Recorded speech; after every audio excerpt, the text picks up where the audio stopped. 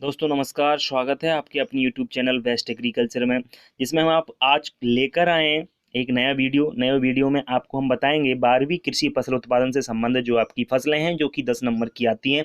उसमें 2 फसल मैंने बताई हैं आपको, जो वीडियो इससे पहले डाल चुका हूं उसमें कि कौन कौन सी आपकी जो फसल है वो आपको एग्जाम में फंसने वाली हैं। तो दोनों जो क्रॉप्स हैं उसके जो आपके 5 क्रॉप्स हैं, आपकी उड़द है, मूंग है, अरहर है, सोयाबीन और धान, जो आपकी 5 फसलें हैं, इन पाँचों का जो अध्ययन है वो हम आपको आज कराएंगे बड़े तरीके से। आपको किस तरीके से वो क्वेश्चन लिखना है दोस्तों, तो देर ना करते हुए हम इस वीडियो की शुरुआत करते हैं।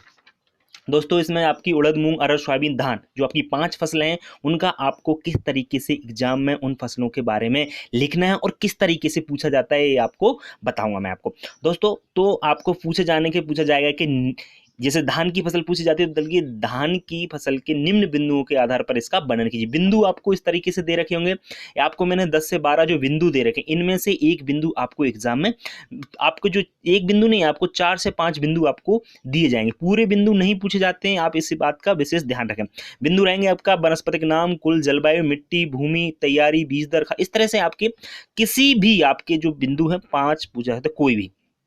ठीक है दोस्तों, तो शुरुआत करते हैं अपन। सबसे पहले है आपका वानस्पतिक नाम। वानस्पतिक नाम आप विशेष ध्यान रखना, वानस्पतिक नाम पूछा जाना है तो ये तो आप रटी लेना। लिखने का तरीका आप ध्यान रखना, जैसे उड़द है तो उड़द का बॉटनिकल नेम आपका बिगना मूंगो होता है, मूंग का बिगना रेडिएटा और अरहर का केजेनस केजान। तो ध्यान रखना, मैंने जो अंडरलाइन किया है ये आप विशेष ध्यान रखना है। इसमें आपको वानस्पतिक नामों के नीचे अंडरलाइन करना है, ये 100% श्योर आपको करना ही है। ध्यान रखें, अगर आप अंडरलाइन नहीं करते हो वानस्पतिक नाम के नीचे तो आपका वानस्पतिक नाम सही नहीं माना जाएगा। ध्यान रखें, पहले के नीचे अलग और दूसरे के नीचे भी आपको अलग। कहने का मतलब आपका ये है कि वंश के नीचे भी आपको अंडरलाइन और जाति के नीचे भी आपको क्या करना है, अंडरलाइन करना है। मतलब कहने का ये है कि वानस्पतिक नाम जो बना होता है वो आपको किससे बना होता है, वंश प्लस जाति से। ठीक है ना दोस्तों, तीन आप जो उड़द, मूंग, अरहर, इन तीनों का लगभग एक जैसी ही खेती की जाती है, तो मैंने आपको इन तीनों को साथ में लिया है। सोयाबीन, उड़द थोड़ा सा अलग है, इसलिए मैंने उनको थोड़ा सा अलग रख लिया है। ठीक है दोस्तों, तो अब शुरुआत करते हैं हम। कुल, तो कुल आपको पता है उड़द का लेग्यूमिनेसी है, मूंग का भी लेग्यूमिनेसी है और अरहर का लेग्यूम, और सोयाबीन का भी कौन सा कुल है आपका, लेग्यूमिनेसी। ठीक है ना, सिर्फ धान है, धान का आपका बॉटनिकल, जो आपका बॉटनिकल है मोराइजा सटाइवा, ये तो आपको पता ही है, और कुल उसका ग्रेमिनी है। ठीक है ना, ध्यान रखना। दूसरा कुल इसका जो धान का है वो पोएसी है, ये आप विशेष फोकस करना, क्योंकि आजकल पूछा जाता है कि धान की ग्रेमनी तो सबको पता होता है, लेकिन दूसरी जो फैमिली है वो आपकी पोएसी है, इस पे आप विशेष फोकस करें। ठीक है ना दोस्तों, तो उड़द, मूंग, अरहर, सोयाबीन, इनका जो कुल है या फैमिली है वो कौन सी है, आपकी लेग्यूमिनेसी। एक और मैंने यहाँ पे ऐड नहीं किया है, आप मेरी वॉइस पे विशेष ध्यान रखना, वॉइस में मैं क्या कह रहा हूँ इस पे आपको विशेष फोकस करें। लेग्यूमिनेसी, इसका एक उपकुल और पूछा जाता है, तो उपकुल आप विशेष ध्यान रखना। उपकुल इसका होता है पेप्लियोनेसी। क्या होता है, लिख लीजिए इसको अपने उसमें, पेप्लियोनेसी।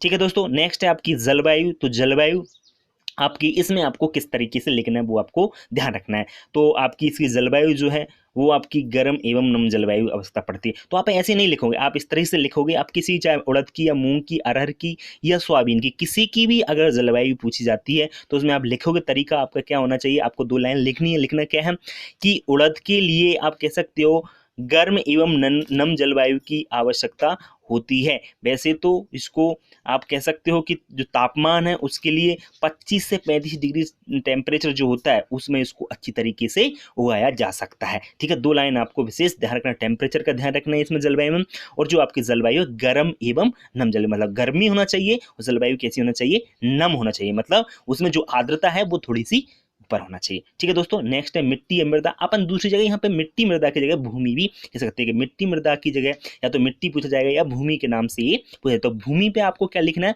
भूमि। तो आज ज्यादातर जो आपकी भूमि होती है, आपकी जो दलहनी फसल है, उड़द है, मूंग है, अरहर, सोयाबीन, हमने चारों को लिया है इसमें, तो इसमें धान के लिए अलग हो जाएगी मिट्टी, लेकिन हम बात करें भूमि तो इसके लिए आप कह सकते हैं उड़द, मूंग, अरहर के लिए आप लिखने का तरीका ध्यान रखना।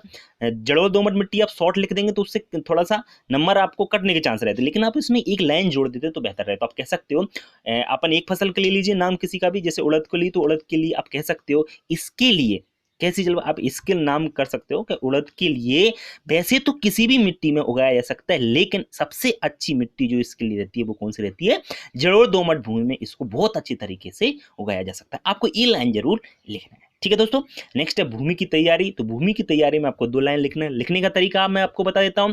पहला तो आपको ये लिखना है कि इसकी जो तैयारी होती है भूमि के लिए, आपको क्या करना है कि 1 जुताई मिट्टी पलट हल से एवं 2 से 3 जुताई आपको देसी हल से करके पाटा लगा करके भूमि को क्या कर लेना है, समतल कर लेना चाहिए। क्या लिखना है आपको एक बार और सुन लीजिए दोस्तों, कि भूमि की तैयारी में किसी भी फसल की अगर भूमि की तैयारी का बिंदु पूछा जाता है तो आपको लिखना है 1 जुताई मिट्टी पलट हल से एवं 2 से 3 जुताई देसी हल से करके भूमि में पाटा लगाकर भूमि को क्या बना लेना चाहिए, समतल बना लेना चाहिए। ये चीज आपको यहाँ पे लिखना है 2 लाइन। ठीक है दोस्तों, नेक्स्ट है आपका बीज दर। तो बीज दर जो आपकी होती है, उड़द की 12 से 15 किलोग्राम, मूंग की भी 12 से 15 किलोग्राम और अरहर की भी 12 से 15 किलोग्राम होती है। तीनों को मैं एक साथ लेके चल रहा हूँ, ये विशेष आप फोकस करना कि आपकी सोयाबीन भी वहीं पे आ जाता है, लेकिन थोड़ा उसकी बीज दर अलग होती है, इसलिए मैंने इसको साथ में लिया। उड़द की भी 12 से 15 किलोग्राम प्रति हेक्टेयर होती है, आपकी मूंग की भी उतनी होती है और अरहर की भी बीज दर उतनी होती है 12 से 15 किलोग्राम। एक बात आपको मैं क्लियर कर देता हूँ कि जो उड़द होता है और मूंग होता है, इनको दोस्तों जायद में भी उगाया जाता है। तो जायद में इनकी जो बीज दर होती है वो थोड़ा सा आपकी ज़्यादा होती है। और ज़्यादा क्यों होती है इस पर आपको ध्यान देना है, ज़्यादा इसलिए होती है कि गर्मी में जो आपकी भूमि रहती है, जो मिट्टी रहती है वो गर्म रहती है, तो उसमें कुछ बीजों का अंकुरण नहीं हो पाता, इसलिए हम बीज दर थोड़ा अधिक रखते हैं। बीज दर कितनी रखते हैं वो थोड़ा सा ध्यान रखना। अगर जायद का पूछा जाता है, ये तो खरीफ का है आपका, जायद की बीज दर जो होती है वो होती है आपकी 15 से 18 किलोग्राम प्रति हेक्टेयर। इसमें भी 15 से 18 किलोग्राम है, इसमें भी आपका 15 से 18 किलोग्राम है। ध्यान रखना थोड़ा सा, खरीफ की पूछा जाता है तो ये खरीफ की आपको मैंने बता दी है 12 से 15 किलोग्राम। ठीक है, अरहर को दोस्तों उगाया नहीं जाता है, आपको पता है, जायद में, ओनली किस में आप कह सकते हैं, खरीफ में। नेक्स्ट है दोस्तों खाद एवं उर्वरक। तो खाद उर्वरक की जो बात है, खाद मैं आपको थोड़ा सा बता देता हूं, मेरी वॉइस पे, मेरे शब्दों पे आप विशेष ध्यान रखना। खाद की बात करते हैं तो आप कह सकते हैं कि 20 से 25 टन, या आप कैसे 200 से 250 कुंटल, 200 से 250 कुंटल गोबर की खाद, या आप गोबर की खाद हो या आपकी जो भी कंपोस्ट खाद हो, इनका आप प्रयोग कर। आप कैसे लिखना है, आपको लिखने का तरीका आप ध्यान रखें। 20 से 25 कुंटल गोबर की खाद बुवाई से 1 महीने पहले आपको खेत में डाल देनी है। ये ध्यान रखना, आपको 1 महीने पहले डालना है। और ये भी ध्यान रखना है आपको कितना टन, 20 से 25 टन। 20 से 25 टन बराबर आप कह सकते हो 200 से 250 कुंटल प्रति हेक्टेयर के हिसाब से आपको डालना। प्रति हेक्टेयर बराबर मतलब 1 हेक्टेयर तो आप अच्छी तरह समझते होगा, हेक्टेयर का मतलब होता है 3.995, मतलब लगभग 4 बीघा। ठीक है ना, ये ध्यान रखना आप थोड़ा सा अपनी भाषा में। 1 हेक्टेयर में आपको कितना खाद देना है, तो ध्यान रखना आप इसके लिए 20 से 25 टन गोबर की खाद की क्या होती है, आवश्यकता पड़ती है। और आप बात करो उर्वरक की, तो उर्वरक में आपका आता है नाइट्रोजन, फास्फोरस और पोटास। तो नाइट्रोजन 20 किलोग्राम, फास्फोरस 50 किलोग्राम और पोटास 30 किलोग्राम, ये तीनों के लिए एक सा, ये ध्यान रखना है आप लोग। इनकी जो मात्रा दलहनी फसलों में हमेशा नाइट्रोजन की मात्रा कम रखी जाती है, फास्फोरस की मात्रा थोड़ी एवब रखी जाती है, अधिक रखी जाती है, और पोटास की मात्रा थोड़ी नाइट्रोजन से थोड़ी सी अधिक रखी जाती है। ये ध्यान रखना आप लोग, 20-50-30 का एक रेशियो आप बेसिस ध्यान रखना। क्योंकि नाइट्रोजन कम क्यों रखी जाती है, आप अच्छी तरह जानते होंगे दोस्तों, क्योंकि जो दलहनी फसलें होती हैं उनकी जड़ों में राइजोबियम जो बैक्टीरिया पाया जाता है वो क्या करता है, नाइट्रोजन का फिक्सेशन करता है। ये आप ध्यान रखना। ठीक है दोस्तों, अब इसको देने का तरीका क्या है वो भी मैं आपको बता देता हूं कि आपको खाद उर्वरक एनपीके आपने लिख दिया, अब आपको लिखना है कि नाइट्रोजन की जो आपकी आधी मात्रा है वो कैसे देना है, फास्फोरस की मात्रा और पोटासियम। नाइट्रोजन की आधी मात्रा, फास्फोरस पोटास की पूरी मात्रा आपको बुवाई के समय देना है। शेष बची हुई जो नाइट्रोजन है उसको 1 से 2 बार में छिड़क करके दे देना है। ये आप इसका थोड़ा सा ध्यान रखना है, मेरे वॉइस को ध्यान रखें। क्या करना है आपको, नाइट्रोजन की आधी मात्रा, फास्फोरस पोटास की क्या पूरी मात्रा आपको कब देना है, बुवाई के समय। और शेष बची हुई जो आपकी नाइट्रोजन बची, अब कितनी बची, मतलब 20 है तो 10 बची, तो 10 को आपको कब देना है, 1 से 2 बार में आप उसको छिड़क करके फसल में, खड़ी फसल में दे सकते हैं। ठीक है दोस्तों, इसको आप विशेष ध्यान रखें। सिंचाई की बात करें, सिंचाई की मैंने यहाँ पे आपको बता देता हूँ सिंचाई, क्योंकि ये खरीफ सीजन की है, तो खरीफ में आपको पता है पानी बरसता है, और पानी जब बरसता है तो आपको इसमें सिंचाई की आवश्यकता नहीं पड़ती है। लेकिन अगर सूखा पड़ जाए तो आप इसमें 2 से 3 सिंचाई आवश्यकता अनुसार कर देना चाहिए। ये चीज आपको लिखना है, जो मेरे वर्ड हैं उन पे आप विशेष फोकस करें।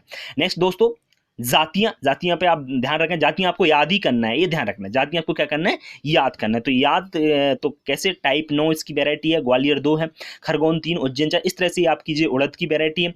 मूंग की आप बात करें तो मूंग की भी बहुत सारी वैरायटी है, मैं आपको सुन लीजिए। पूसा बैसाखी है आपकी, पंत U1 है, पंत U2 है, पंत U3, इस तरह से बहुत सारी आपकी मूंग की ये जातियां हैं। नेक्स्ट आपकी अरहर की, तो अरहर की मैं आपको बताऊं प्रभात है, उपास 120 है, और आपकी अरहर की भी बहुत सारी आपकी जो वैरायटी है जिसको आप लोग याद रख सकते हो। आपका 2-4 वैरायटीज ज़्यादा है, आप 5 कर लीजिए, ज़्यादा 5 से वैरायटी आप ज़्यादा ध्यान नहीं दोगे, 5 वैरायटी आपको याद होना चाहिए। ठीक है दोस्तों, उपज की बात करें तो उपज लगभग होती है 10 कुंटल, आप कह सकते हो 10 कुंटल प्रति हेक्टर। ठीक है, केजी नहीं, कुंटल में ध्यान रखना। उपज जो आपकी उड़द की होती है 10 कुंटल, 10 से 12 कुंटल मान लीजिए, 10 से 12 कुंटल प्रति हेक्टर होती है। मूंग की भी लगभग उतनी होती है, लेकिन ये ध्यान रखें आप, वो आपकी जो उपज होती है वो आपकी, मैं आपकी खरीफ की सीजन की बता रहा हूँ। अगर उड़द मूंग की जायद की उपज पूछी जाए तो उसमें जो उपज होती है वो थोड़ी सी ज्यादा होती है। आप कितनी होती है, 12 से 15 कुंटल, आप मान लीजिए 15 कुंटल के लगभग होती है। ठीक है ना, एग्जैक्ट नहीं होता लेकिन आप लिख सकते हो 15 कुंटल लगभग प्रति हेक्टर होती है। नेक्स्ट है दोस्तों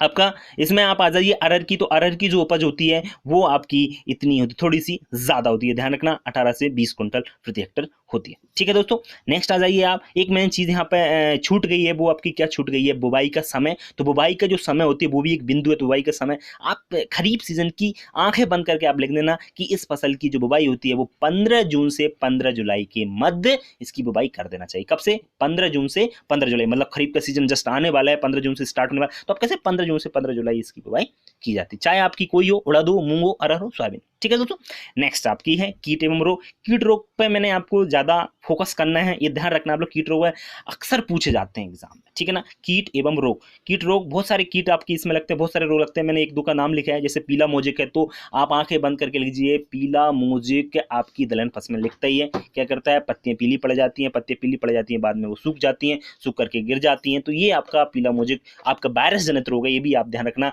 आप बात करें कर नियंत्रण कैसे करना है, तो ये नियंत्रण आपको, इसका नियंत्रण यही है कि आपको एक जगह से दूसरी जगह, जैसे आपका पीला मोजेक रोग होता है तो उसको सफेद मक्खी फैलाती है, तो उसका आप नियंत्रण करोगे, अब उसका नियंत्रण करोगे तो ऑटोमेटिकली अपने पीला मोजेक रोग है उसका नियंत्रण हो जाएगा। दूसरा रोग पत्र दाग है, मतलब पत्तियां जो होती हैं उस पर दाग लग जाते हैं, तो ये भी एक तरह का रोग है, तो इसमें लगता है आपकी जो आपकी दलहनी फसल होती है। कीटों की बात कर लेते हैं, कीटों इसमें जो है आपके कीट आपके आपके समझ लीजिए, जैसे अब इसमें फली लगती है तो फली छेदक लगेगा, ध्यान ही रखना कि इसमें फली है तो फली छेदक लग नहीं लगना है आपका। दूसरी मैंने सफेद मक्खी की बात की, जो आपकी दलहनी फसल है उस पर सफेद मक्खी नुकसान पहुंचाती है, जो कि पीला मोजेक रोग को फैलाने का कार्य करती है। ठीक है ना दोस्तों, इसका ध्यान रखना। और नियंत्रण आपको किस तरीके से करना है, आपको कुछ दवाएं याद रखनी है। दवाएं कौन कौन सी दवा, मैं आपको 4-5 दवाओं को नाम बता दें जो आपकी कीटनाशी दवा है। कीटनाशी दवा कौन कौन सी है देखिए, आप नाम याद रखेंगे, जैसे आपको इंडोसल्फान 35 सीसी, तो आपका छिड़काव कैसे करना, आपकी एल्ड्रिन है, एल्ड्रिन का चून प्रयोग करता है, बीएससी है आपकी, डीडीटी है आपकी, वैसे इन दवाओं पर रोक लगी, लेकिन आप किताब के अनुसार एक आपकी दवा हेप्टाक्लोर है आपकी, एल्ड्रिन है आपकी, बहुत सारी ऐसी दवा है कीटनाशी जिनका प्रयोग आपको क्या करना है, आपकी फसल में करना है। दोस्तों ध्यान रखना तरीका क्या है आपको, जैसे आप बात कर लेते हैं कि आपका जो इंडोसल्फान 35 सीसी दवा का 1 से 1.25 लीटर आपकी दवा लेना है, और 1800 से 1000 लीटर पानी में घोल करके प्रति हेक्टर के हिसाब से आपको क्या कर देना है, छिड़काव कर देना है। तरीका आप ध्यान रखना क्या है, आपको दवा कितनी, 1 से 1.25 लीटर लेना है, पानी कितना लेना है, 800 से 1000 लीटर, और उसमें घोल देना है, घोल करके प्रति हेक्टर मतलब 1 हेक्टर के हिसाब से उसका क्या कर देना है, आपको छिड़काव करना है। ठीक है दोस्तों, नेक्स्ट है आपका आर्थिक महत्व। तो आर्थिक महत्व की मैं बात कर लेता हूं, देखो बहुत सरल है, बहुत ही सिंपल है यार। आर्थिक महत्व का मतलब ये होता है कि आप जो फसल है वो क्या यूज आती है, उसका क्या उपयोग है, समझ रहे हो ना आप, इस चीज का आप विशेष ध्यान रखना। जैसे आर्थिक महत्व की आप बात ही कर ले, तो आर्थिक महत्व आपका, जैसे आप एक ले लेते हैं, आप किसी को ले लो, उड़द को ले, जिससे उड़द का प्रयोग आप कहाँ का उपयोग, खाने के रूप में, हम दाल के रूप में क्या करते हैं इसका उपयोग किया जाता है। इसकी जो आपकी दाल होती है उससे जो आपकी चुनी प्राप्त होती है वो पशुओं के लिए खाने के लिए यूज की जाती है। इससे जो भूसा होता है वो भी पशुओं के लिए प्रयोग किया जाता है। तो इस तरह से आप इसके में 2 से 4 लाइन आराम से लिख सकते हो। जैसे आप जिसमें धान की भी आप बात कर लो, उसका भी आर्थिक महत्व अगर पूछा जाए तो आप धान में कह सकते हो कि धान का जो पुआल होता है वो आपके कांच के बर्तन को एक जगह से दूसरी जगह ले जाने में प्रयोग किया जाता है। इसके पाल को पशुओं को भी खिलाया जाता है, इससे भूसा बनाया जाता है। और इसका जो आपका आप कह सकते हैं सोयाबीन का जो भूसा होता है उसका भी प्रयोग, सोयाबीन से तेल प्राप्त किया जाता है, तेल का प्रयोग खाने के रूप में प्रयोग किया जाता है। कहने का मतलब मेरा ये है, आपको इस चीज को समझना है कि हमको एग्जाम में लिखना कैसे, लिखने का तरीका मैं आपको बता चुका हूं। ये है तरीका कि आपको कैसे लिखना है। जैसे आप आर्थिक महत्व की बात की, तो इसका उपयोग मतलब उसका महत्व क्या है, तो आपका जैसे सोयाबीन का तेल है तो उसका प्रयोग किया, जैसे उड़द है तो उड़द को दाल के रूप में हम प्रयोग करते हैं। और आप कहते हैं सोयाबीन को दाल के रूप में प्रयोग क्यों नहीं करते, क्योंकि उसमें जो होती है ना, जिसको तेल पाया जाता है, तो उसमें क्या आती है आपकी मधुमक्खी। और दूसरा ये है कि उसमें जो प्रोटीन है, जैसे आपके दाल वाली सभी फसलें होती है, लगभग 20 से 25% का पाया जाता है, इसमें प्रोटीन पाया जाता है, जो प्रोटीन हमारे शरीर के लिए बहुत ही लाभदायक होता है। तो ये चीज आप उस आर्थिक महत्व में जोड़ सकते हो। ठीक है ना। तो ये चीज आप लिख लोगे तो उससे आपका पूरा का पूरा क्वेश्चन सही होना है। ठीक है दोस्तों, मैंने आप और अरहर का, जैसे अरहर की बात की, अरहर का भी आर्थिक महत्व है, तो उसमें भी एक बात अपन अलग से जोड़ सकते हैं कि इसकी जो आपकी जैसे हमने उसका हार्वेस्ट कर लिया, हार्वेस्ट करने के बाद उसको जोड़ा, तो उसकी जो लकड़ी होती है उसका प्रयोग हम लकड़ी का जलाने में, मतलब अब ईंधन के रूप में भी कर सकते हैं। ये चीज हमारे लिए बहुत ही महत्वपूर्ण। कुछ चीजें मैंने इसमें लिखी हैं, उनको आप फोकस करें कि वो क्या क्या चीजें वो आपको याद करना है। दूसरा चीज जो मैंने बोला है, जो मैंने शब्द आप यूज किए, वो आपको विशेष आपको उन चीजों पे आपको ध्यान देना है और याद कर लेना है। कुछ चीजें आपको सेम टू सेम होती हैं सभी फसलों में, कुछ चीजें अलग होती हैं। जैसे आप बात करो बॉटनिकल नेम अलग होते हैं सभी के, तो बॉटनिकल नेम आपको सभी के याद करना ही पड़ेगा। एक ध्यान रखना आप लोग, अंडरलाइन का जो मैंने बताया, अंडरलाइन आपको वंश और जाति के नीचे अलग अलग करना ही है, इस पे आप फोकस करें। नेक्स्ट आपकी जैसे बात की सोयाबीन की, मैंने कुछ चीजें लगे हैं, जैसे बीज दर है तो 80 किलोग्राम प्रति हेक्टेयर होती है। और धान के लिए थोड़ी भूमि अलग चाहिए। क्यों चाहिए, आप सब लोग जानते हो कि धान जो होती है उसमें पानी भरा रहना अति आवश्यक होता है। तो चिकनी दोमट मिट्टी है, चिकनी होना चाहिए, जिससे जो आपकी पानी है वो नीचे लीचिंग ना करे। ठीक है ना, इसलिए भूमि इसके नीचे धान के लिए कैसी मिट्टी चाहिए, चिकनी दोमट मिट्टी की आवश्यकता होती है। जैसे बॉटनिकल नाम, ये तो मैंने बता दिया कि अलग अलग, जैसे ग्लाइसिन मैक्स इसका बॉटनिकल नाम सोयाबीन का होता है, धान का आपका ओराइजा सटाइवा होता है। कुल लेग्यूमिनेसी होता है, धान का आपका ग्रेमनी और या पोएसी। ध्यान रखना दोनों कुल आपको याद होना चाहिए। पोएसी ज्यादातर आजकल पूछा जा रहा है तो आप पोएसी लिख कर आएंगे। ठीक है, वेराइटियां, ये भी दूसरी चीज याद करने की चीज। दूसरी क्या है, जातियां। पहला बॉटनिकल नेम, दूसरा आपका कुल और तीसरी जातियां, ये विशेष फोकस। जातियां आपकी ब्रैग, ली, अंकुर, क्लर्क, सम्राट, पीके 272, पीके 262, आपकी इस तरह से ये सोयाबीन की वैरायटी है। इसकी आपकी कावेरी है, पूसा 8 है, पूसा 23, पूसा 20, बासमती, आयर, बहुत सारी वैरायटी, हजारों वैरायटी आपको मिल जाएंगी। लेकिन आपको 5 से 6 वैरायटियां आपको याद करना है और जो पूछी जाए तब आपको लिख देना है। ठीक है दोस्तों, आज का वीडियो आपको कैसा लगा, मैंने कोशिश की है इसमें आपको जो भी है बताने की कैसे कैसे आपको एग्जाम में लिखना है। बहुत अच्छा तरीका है लिखने का। आप एक एक दो दो लाइन जरूर उसमें लिखें, जिससे आपको 5 नंबर का पूछा जाता है क्वेश्चन तो आपको 5 में से 5 आपको नंबर मिल जाएंगे। बस तरीका आपका ये होना चाहिए। ठीक है ना, ये हेडिंग्स आपको ब्लैक पेन से अगर लिख सको तो लिखना, और इसके नीचे अंडरलाइन जरूर लिखना। अंडरलाइन करके तीर लगा के आप उसको डैश लगा के आगे लिखना स्टार्ट कर दीजिए। और लिखना आपको कितनी है, 2 से 3 लाइन आपको सभी बिंदु पर लिखना है, जिससे आपको उससे क्या होती है, पॉजिटिविटी होती है, जो आपको अच्छे से आपको नंबर दिलाती है। ठीक है दोस्तों, आप इस पर विशेष फोकस करना। आज के लिए मैं इतना ही कहूँगा, कल आपको एक नया वीडियो लेकर आऊँगा जिसमें आप ध्यान रखें। ठीक है दोस्तों, हमारी वीडियो को आप लाइक करें, अपने दोस्तों को शेयर जरूर करना ना, बिल्कुल ना भूलें, क्योंकि उनका भी इससे क्या हो सके, फायदा हो सके। ठीक है ना, और नेक्स्ट जो वीडियो उसका नोटिफिकेशन देखना, हमारे चैनल को सब्सक्राइब जरूर करें और बेल आइकन को जरूर दबाएं। दोस्तों आज के लिए इतना ही, नमस्कार।